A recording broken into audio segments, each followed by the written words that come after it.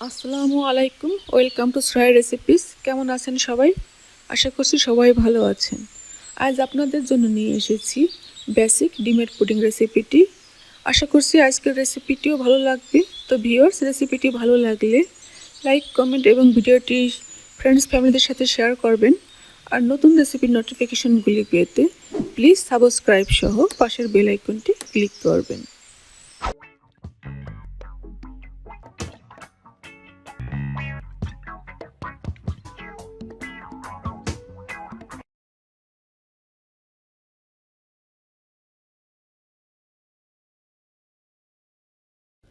Pudding খেতে পছন্দ করেন অনেকেই, কিন্তু ঠিকমতো তৈরি করতে পারেন না বলেই কিন্তু দোকান থেকে কিনে খেয়ে থাকেন।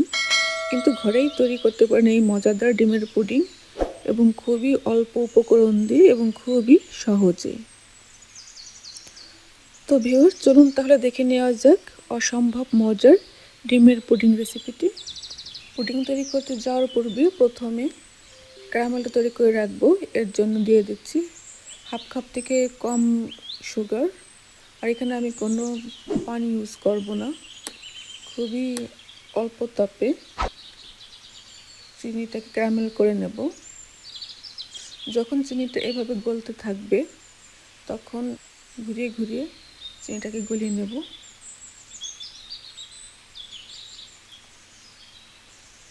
দেখুন, আস্তে আস্তে কিন্তু ক্যারামেলের কালার আসতে শুরু করেছে। আপনারা চাইলে কিন্তু এর ভিতরে 1 টিস্পুন পানি ইউজ করতে পারেন, কিন্তু সেক্ষেত্রে ক্যারামেল তৈরি করতে একটু সময় বেশি লাগবে এবং কালার আসতেও সময় লাগবে। সেজন্য চেষ্টা করবেন পানি ছাড়াই ক্যারামেলটা তৈরি করে নিতে। দেখুন, ক্যারামেল কিন্তু পুরোপুরি রেডি। এবার একটি বোল নিয়েছি, এই বোলেই পুডিংটা বসাবো। তো ক্যারামেলটা দিয়ে এটাকে সেট করব। ক্যারামেল দিয়ে দিচ্ছি, একটু ঘুরিয়ে ঘুরিয়ে ক্যারামেলটা সেট করে নিতে হবে এবং এই কাজটি খুবই কুইক করতে হবে, কারণ ক্যারামেল কিন্তু খুবই কুইক জমাট বেঁধে যায়। সেট হওয়ার জন্য এটাকে পাশে রেখে দেবো। এখন পুডিংয়ের মিশ্রণটি তৈরি করে নেব। এখানে আরেকটি বোল নিয়েছি, এবার একে একে দিয়ে দেব 3টি ডিম। এখানে আমি মিডিয়াম সাইজে 3টি ডিম নিয়েছি। যদি লার্জ সাইজের ডিম নেন তাহলে কিন্তু 2টা ডিম নিলেও হবে। এখন ডিমের ভিতর দিয়ে দিচ্ছি হাফ কাপের মতো কনডেন্স মিল্ক। এখানে কনডেন্স মিল্কের পরিবর্তে চাইলে কিন্তু সুগার ইউজ করতে পারেন। আর সুগার যদি ইউজ করেন সেক্ষেত্রে কিন্তু একটু বেশি করে বিট করে নিতে হবে, কারণ সুগারটা ভালো করে গলে যাওয়া পর্যন্ত। কারণ সুগার যদি ঠিকমতো ভালো করে ডিজলভ না হয় তাহলে কিন্তু অনেক সময় পুডিংটা ফেটে যায়। মিষ্টি যে যেরকম খেতে পছন্দ করেন সেই রকমই কিন্তু সুগার ইউজ করতে পারেন, কম বেশি অবশ্যই করা যাবে। এবার এর ভিতরে দিয়ে দেব ফুল ফ্যাট ফ্রেশ মিল্ক। এখানে আমি রুম টেম্পারেচার থেকে ফ্রেশ মিল্ক ইউজ করছি।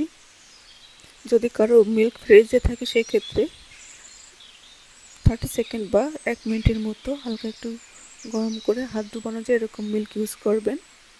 আর এখানে আমি দিয়ে দিচ্ছি 1/4 কাপের মতো পাউডার মিল্ক। একটু মিশিয়ে নিচ্ছি।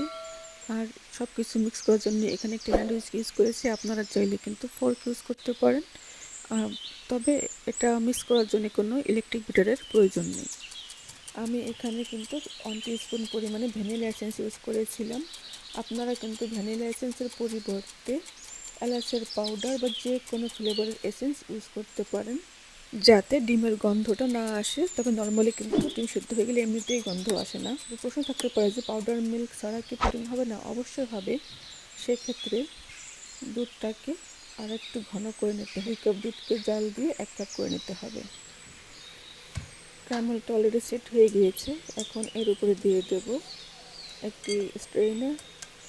এখন মিক্সটাকে একটু ছেঁকে নেব, যাতে ভিতরে কোনো ডিমের দলা বেঁধে না থাকে, তাহলে পুডিংটা কিন্তু আরও স্মুথ হবে। এভাবে ছেঁকে নিয়ে এর উপর একটু ফয়েল পেপার দিয়ে ভালো করে সিল করে নেব। এখন প্রশ্ন থাকতে পারে যে কাচের বোল ছাড়া কি অন্য কোনো বোলে পুডিং হবে না? যে কোনো বোল ইউজ করতে পারেন, যে কোনো স্টিল, প্লাস্টিক বা সিরামিকের বোল ইউজ করতে পারেন। এখানে একটি বড় সাইজের পাতিল নিয়েছি, মাঝখানে একটি স্ট্যান্ড বসিয়ে দিয়েছি। এর উপরে দিয়ে দেব পুডিং মিশ্রণের বোলটা।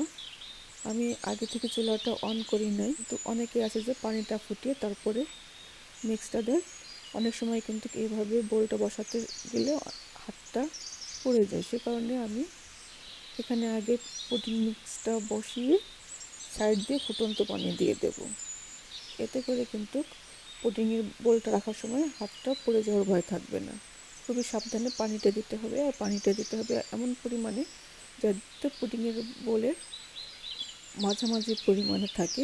বেশি ভরে দেওয়া যাবে না, তাহলে কিন্তু পানিটা উপরে উঠে যে পুডিংটা নষ্ট হয়ে যাবে। এখন ঢেকে রান্না করে নিতে হবে 35 to 40 মিনিটস পর্যন্ত। আর চুলার তাপমাত্রা রেখেছি মিডিয়ামে। 40 মিনিটস পরে লিডটা উঠিয়ে দেখাচ্ছি। দেখুন পুডিংটা কিন্তু পুরোপুরি সেট হয়ে গিয়েছে এবং ভিতরে কিন্তু কোনো কাঁচাও নেই।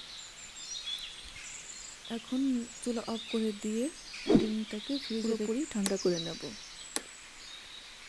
পুডিংটাকে ফ্রিজে রেখে পুরোপুরি ঠান্ডা করে এখন একটা নাইফ দিয়ে সাইড দিয়ে ভাবে একটু খুলে নিচ্ছি, সার্ভ করার সময় যাতে পাশ দিয়ে ভেঙে না যায়।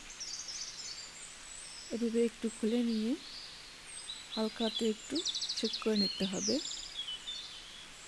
ঠিক এভাবে উপরে একটা সার্ভিং প্লেট দিয়ে দিচ্ছি। এখন ওটাকে পুরোপুরি উল্টিয়ে নেব। হাতটা উপরে দিয়ে খুব কুইক উল্টে নিতে হবে।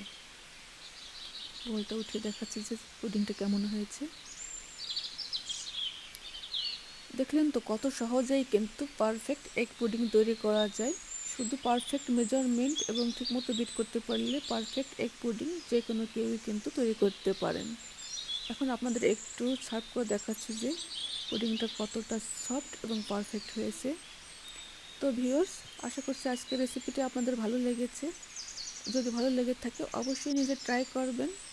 ভিডিওটি ফ্রেন্ডস ফ্যামিলির সাথে শেয়ার করবেন এবং কমেন্টে লিখে জানাবেন যে কেমন হয়েছে।